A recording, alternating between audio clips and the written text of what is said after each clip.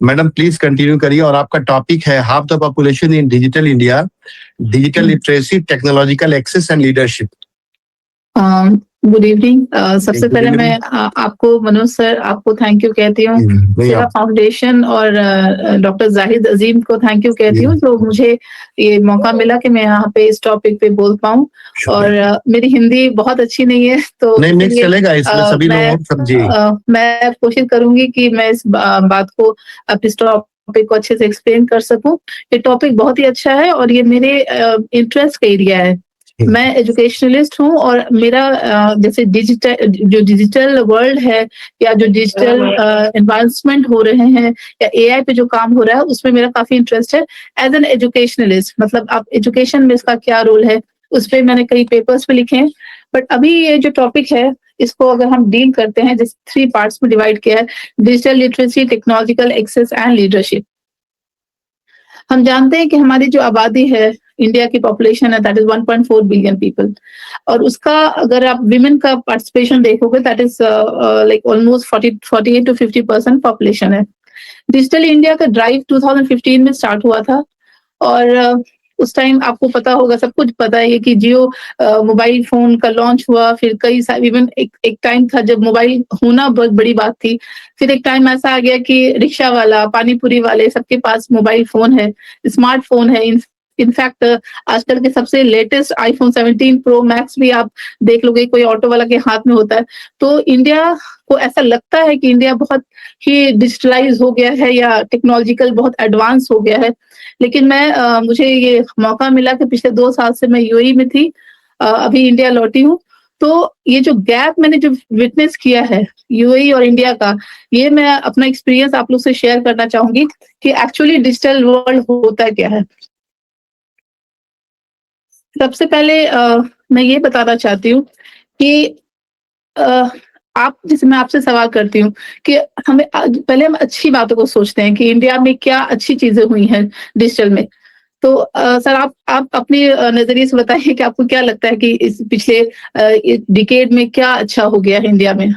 Presently अगर लें तो हम आप कन्वर्सेशन कर रहे हैं इस डिजिटल इंडिया में, सबसे पहला तो यही है। और लाइफ के सारे पार्ट मतलब कह सकती हैं कि हर पहलू में कहीं ना कहीं टेक्नोलॉजी का, संचार का माध्यम हो, चाहे वीडियो का माध्यम हो, चाहे नॉलेज और इंफॉर्मेशन हो, चाहे डेटा को लेकर हो। अभी जो चीज सोचा आपने और आपके पास विद इन सेकेंड्स वो इंफॉर्मेशन आ गई, ये सारा डिजिटलाइजेशन की वजह से हुआ। समय जो हम लोगों का बहुत ज्यादा लगता था, अब छोटी छोटी चीजें जो हैं वो छोटे फॉर्म में बड़ी बड़ी चीजें हो जा रही हैं और दुनिया सिमट सी गई है। अगर आपके पास उसको एक मिनिमम भी यूटिलाइज या यूज करने का अगर सलाहियत है या आपके पास अगर उस तरह की है तो आप सारे इंफॉर्मेशन को घर बैठे आप देख सकते हो। बहुत आसान शब्दों में जिस लैंग्वेज में चाहो, बहुत इजी कर दिया ह्यूमन लाइफ को। जी सर, ये आपकी बात से मैं पूरी सहमत हूँ कि दुनिया बहुत सिमट सी गई है। हम व्हाट्सएप कॉल पे अपने मतलब एक व्हाट्सएप ग्रुप पे हम अपने दोस्तों से बात कर लेते हैं। जब से ये कोविड हुआ, कोविड का भी इसमें बहुत बड़ा एक योगदान है कि उसने डिजिटल ये एडवांसमेंट को बहुत फास्ट इनकॉर्पोरेट करने में हेल्प किया।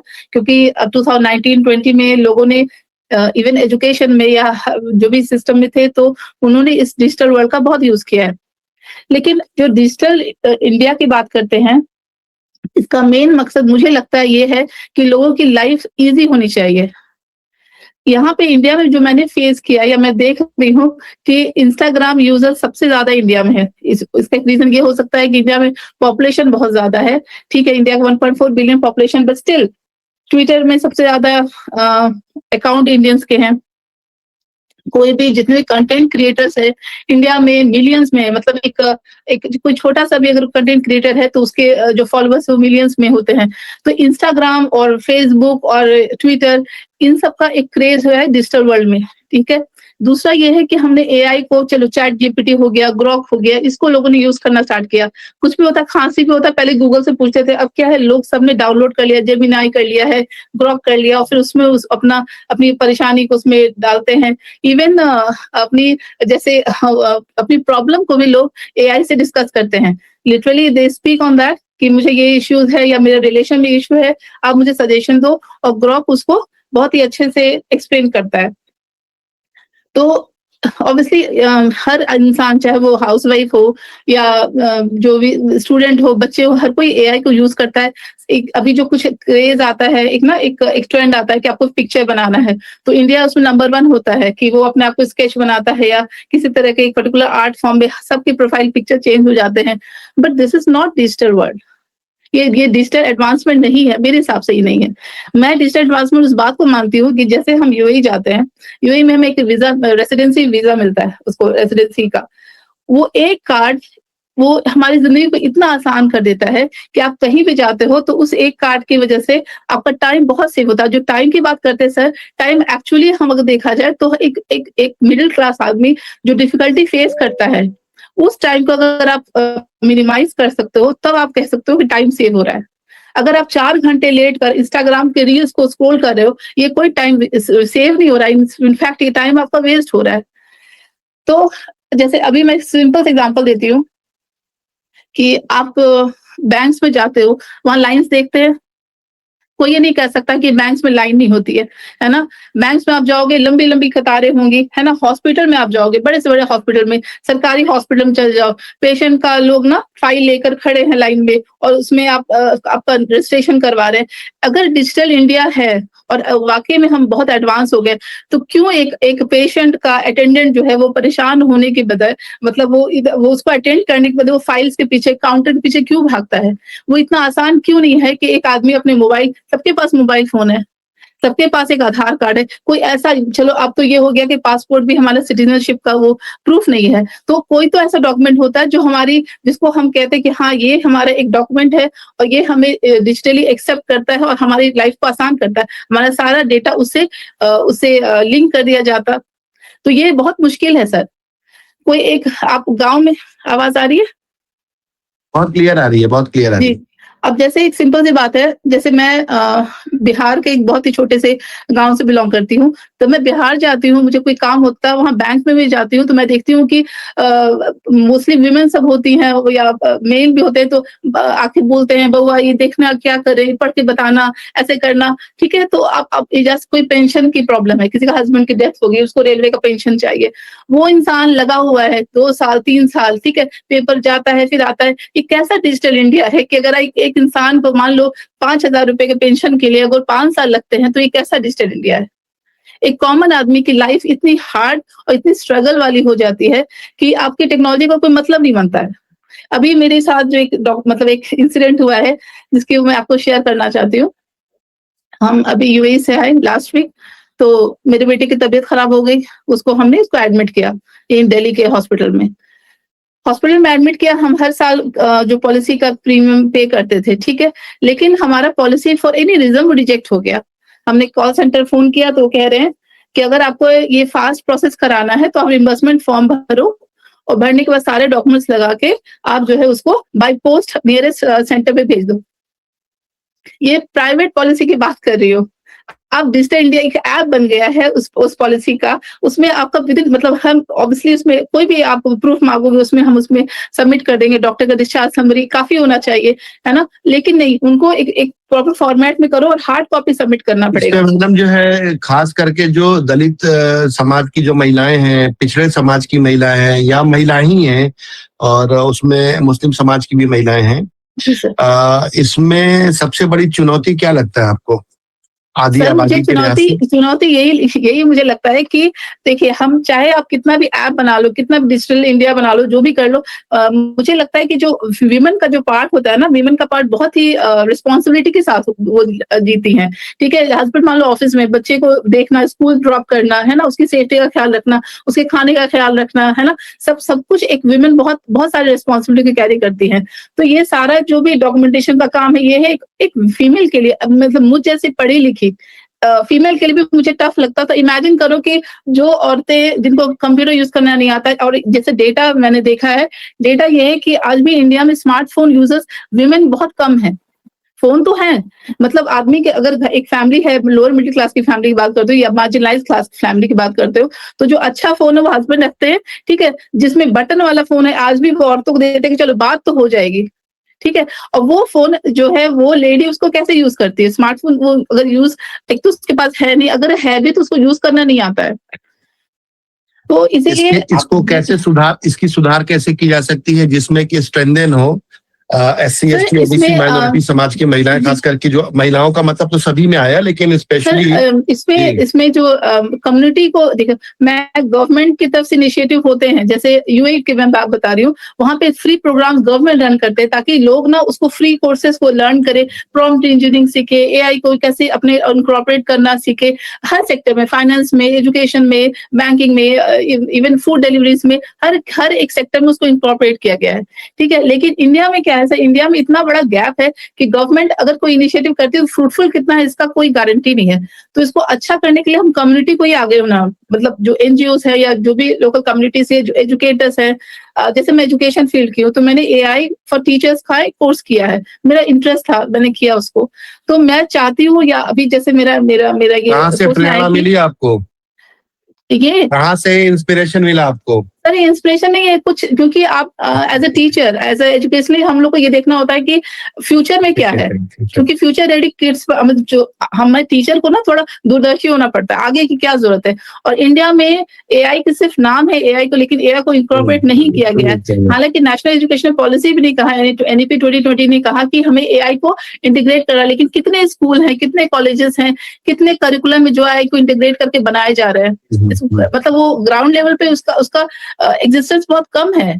जैसे बाहर की कंट्रीज में एआई को स्कूल में इंट्रोड्यूस करा दिया गया है, हमारे बच्चे जो है, हमारे जो इंडिया के बच्चे हैं वो कम्पीट करेंगे इंटरनेशनल लेवल पे सर, वो बहुत पीछे हो जाएंगे क्योंकि उन्हें मशीन के साथ कम्पीट करना पड़ेगा। इसमें आधी आबादी के लिए क्या संदेश देना चाहेंगी आप? सर आधी आबादी के लिए मैं यही संदेश देना चाहती हूँ कि सर हमें मतलब जो भी लिटरेट, मतलब जैसे मैं हूँ या मेरे जैसे कई सारे लोग हैं जो इस बात को समझते हैं या टेक्नोलॉजी को यूज करना जानते हैं, टेक्नोलॉजी को फ्लॉस को समझते हैं, उन्हें सेमिनार्स करना चाहिए, वर्कशॉप्स करने चाहिए, है ना। और लोगों को, और कुछ नहीं हो तो आपको एटलीस्ट अपने एक जैसे ये सेवा फाउंडेशन है, community based programs, community based program के साथ आपको लिटरेसी देना चाहिए उन लोगों को जिनके पास ये आसानी से नहीं पहुंच रहा है, लोगों को यूज करना। और हम जैसे विमेन की लिटरेसी सर, वो सिर्फ विमेन की लिटरेसी नहीं होती, उनके बच्चों की लिटरेसी भी होती है।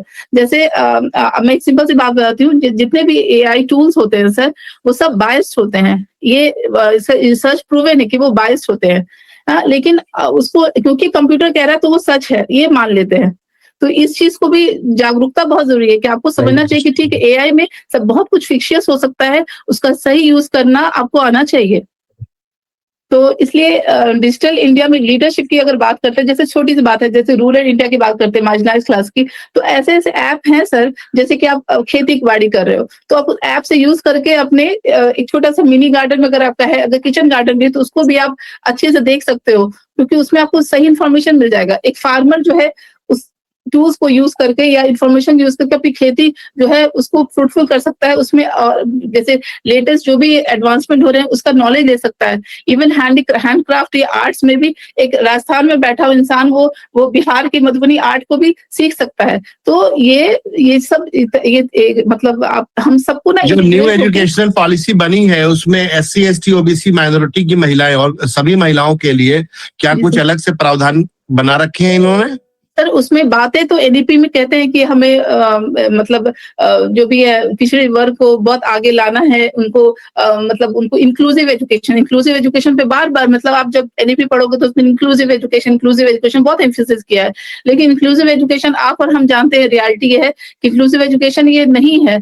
मतलब हम अभी, ये आज की बात नहीं है, ये मैं इसे आज की गवर्नमेंट की बात नहीं कह रही हूँ, ये मैं पिछले जो कांग्रेस पार्टी थे जो भी थी उसकी बात कर रही हूँ कि आपने कभी भी ना, मतलब लोग ने जितने मार्जिनलाइज क्लास है उनको एज अ वोट बैंक ही यूज किया है। अगर आपने वाकई में उनके अच्छे के लिए कुछ काम किया होता तो आज प्रोपोर्शन कुछ और होता। आप देखो कितने दलित, कितने मुस्लिम जो है वो हायर अथॉरिटीज में या पोजिशंस में आपको मिलते हैं, बहुत कम मिलते हैं सर। आज भी उनका रिप्रेजेंटेशन बहुत कम है क्योंकि अवसर ही नहीं मिला सही से।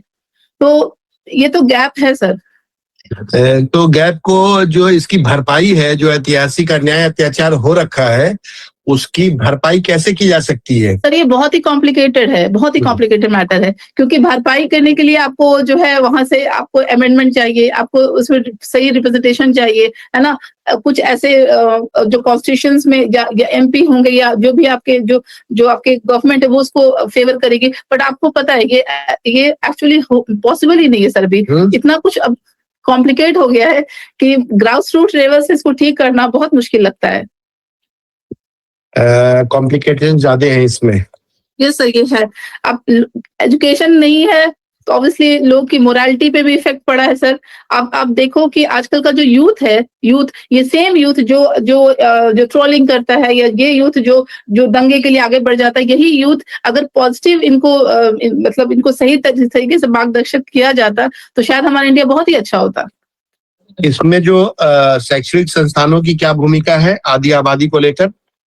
Sir can you please translate this word?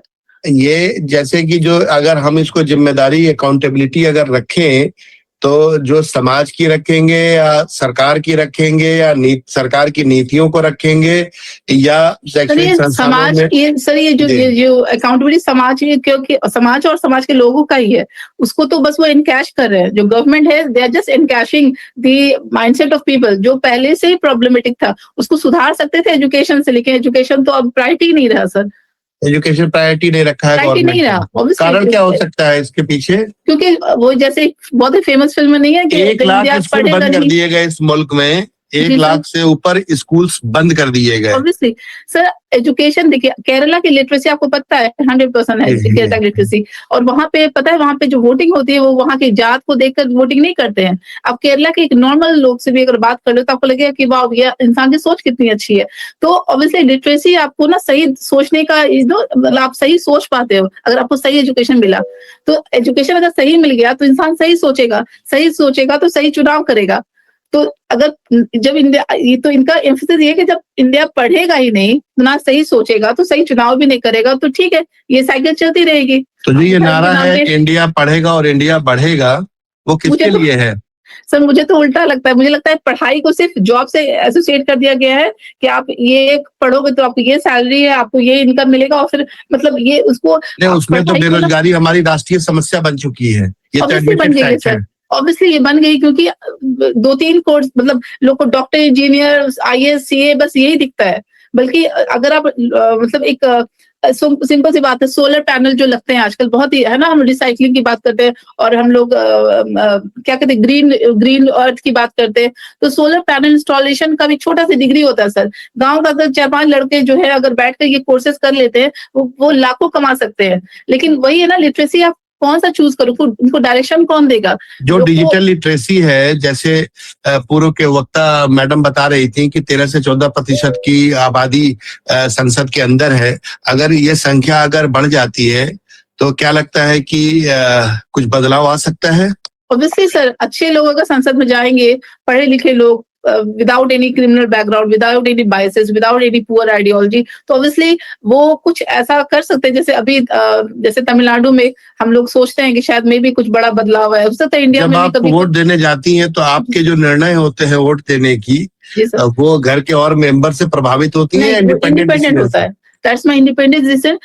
मतलब हमारे घर में मतलब मेरे फादर का मतलब मैं वो कहूँ कि थैंकफुल हूँ कि आई मीन हाँ, he has just allowed us कि जो तुम्हें उनको लगता है कि मैंने इसको पढ़ा लिखा दिया है, now she is in full position to take independent decision. उसका डिसीजन शायद इसके लिए बेस्ट होगा और मतलब he has a trust on us. So अगर हम वोटिंग करते हैं या कुछ भी तो वो हमारा पर्सनल डिसीजन होता है।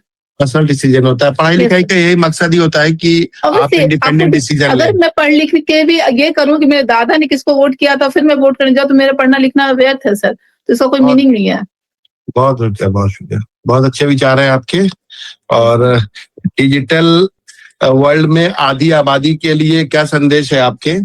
आधी आबादी का यही है कि ऑब्वियसली सबके हाथ में फोन है और जितनी भी लेडीज हैं उसको ना रील को आप किस डांस वीडियोस देखने के जगह पे इंसान को जो है ना ऐसी चीजें देखो, कई यूट्यूब चैनल्स पे हैं जिसमें आप घर बैठे बहुत कुछ सीख सकते हो।